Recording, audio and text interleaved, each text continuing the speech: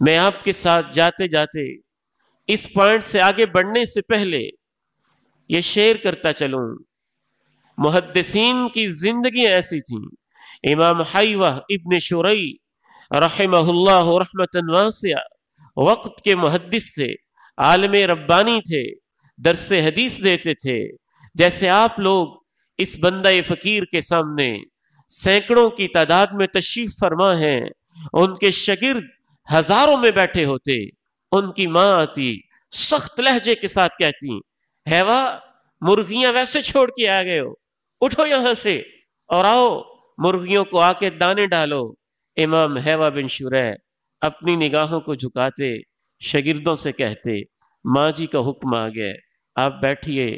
چلتے، مرغیوں کو دانہ ڈالتے، پھر واپس آتے اور درس حدیث شروع کرتے. امام زین العابدین رحمہ اللہ رحمتا واسعہ اتنا ادب کرتے والدین کا، عزت احترام توقیر، پاس بیٹھ کے کھانا نہ کھاتے. پوچھنے والے نے پوچھا وجہ کیا ہے؟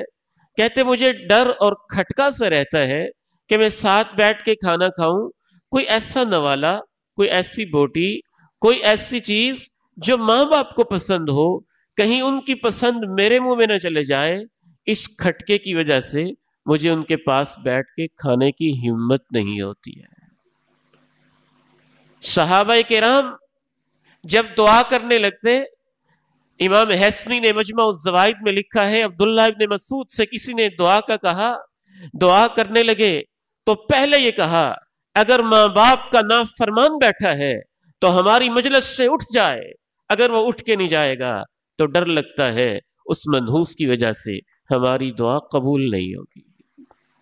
حضرت عمر بن عبدالعزیز اپنے بیٹے کو پاس بٹھاتے اور خصوصی نصیحت کرتے، بیٹا اس بچے سے کبھی دوستی نہ کرنا جو اپنی ماں کے روکنے کے باوجود تمہارے ساتھ ملنے آ جاتا ہے، اور اس بچے سے کبھی دوستی نہ کرنا، اس کا باپ اس سے منع کرتا ہے، وہ پھر بھی تمہارے ساتھ ملاقات کے لیے آ جاتا ہے.